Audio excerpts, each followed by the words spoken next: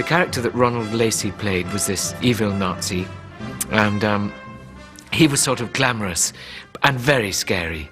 When it started off, I wanted nothing but false limbs, and I wanted glass eyes and half a face and all that, but I had to be reined in a bit, and I think in the end I was allowed one leg, and I was allowed to choose which leg, but that was as far as it went. I will return very soon.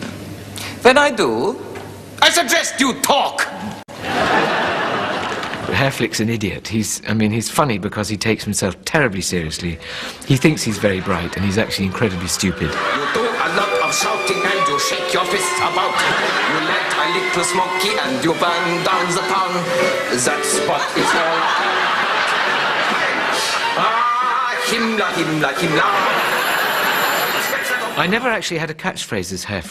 I did say one or two things which have almost become like a catchphrase because people keep repeating them to me, like... Flick the Gestapo. No, I said flick the Gestapo. But I only ever did that once. You will bend over and touch your toes. What have you in mind, Herr Flick? Flick's squeeze and co-conspirator was Colonel von Sturm's secretary, Private Helga Gerhardt. Herr Flick does have perversions. I think there's no denying it. But anyone dressed in black leather from head to toe is obviously up to no good.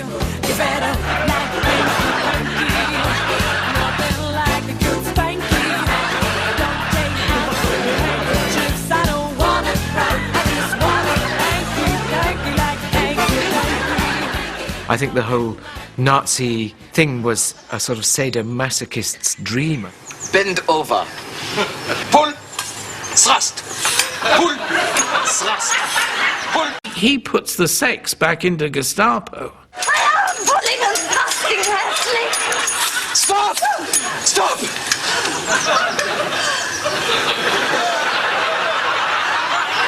Was that all right? For me, excellent. By the mid-80s, Allo Allo's winning formula looked like it could do no wrong. Here's David Wallin of Preston. Congratulations to the BBC, the writers and the cast for bringing us the funniest farce for ages. Allo Allo is brilliantly done. But not everyone saw the funny side.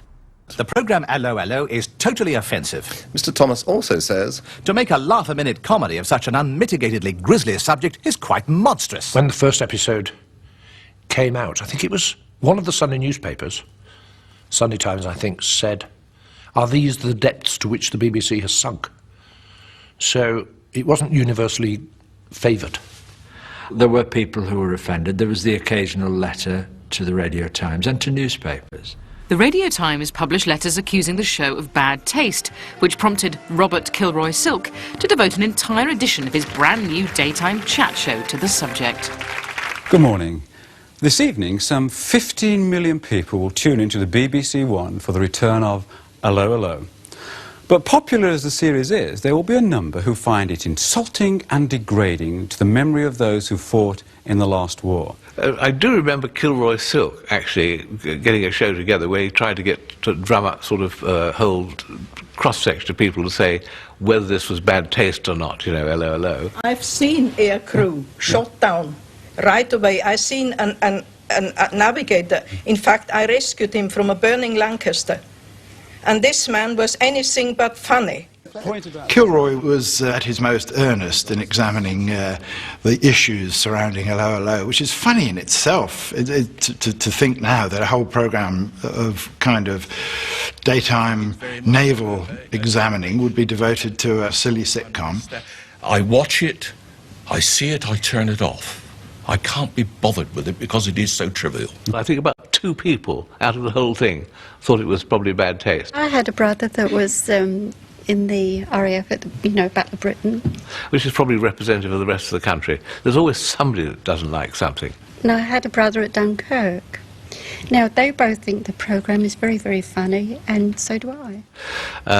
So you failed, really. Are you going to watch this programme? Which one? Allo Allo, tonight. No. You're not? Well, he's not going to watch it. 17 million people are going to be watching it at 7:35 tonight. Pretty place, France. Don't you think so, Fairfax? Not only did Allo Allo suffer blue rinse complaints about trivialising the war, but it was also accused of racial stereotyping and making fun of our European neighbours. You notice whenever we pass these peasant people, they seem to stare at us in rather an odd way.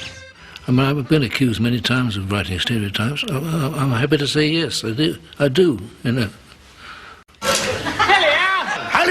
Oh, Mamma mia! It's clear that the Germans were stupid. Where's my chicken? The English were extremely silly. We're riding on the wrong side of the road. And the French were very randy. Everyone got it. Every single nationality got it with both barrels all the time. So I don't think anyone could really feel that they came out of it with any pride or dignity. Hey, you. How you like the good time with the biggity hero? You must forgive me, but I am not very keen on moustaches. What a mistake of the mic. Allo Allo took the mick out of national characteristics we could be proud of. Wrongly, I think, so all the more reason to send them up rotten. Like the brave British flyers and terribly handlebar moustaches out there. All, you know, well, gosh, we'll get through it, lads. Are you still coming over in that antique kite? As far as we know, yes. I see. Well, aim for Eastbourne, keep over to the right, and we'll have a big net ready for you. I don't think we were being absurdly over the top with it. But yes, of course, we were stereotypes. We weren't supposed to have any interesting characteristics that were sort of unusual.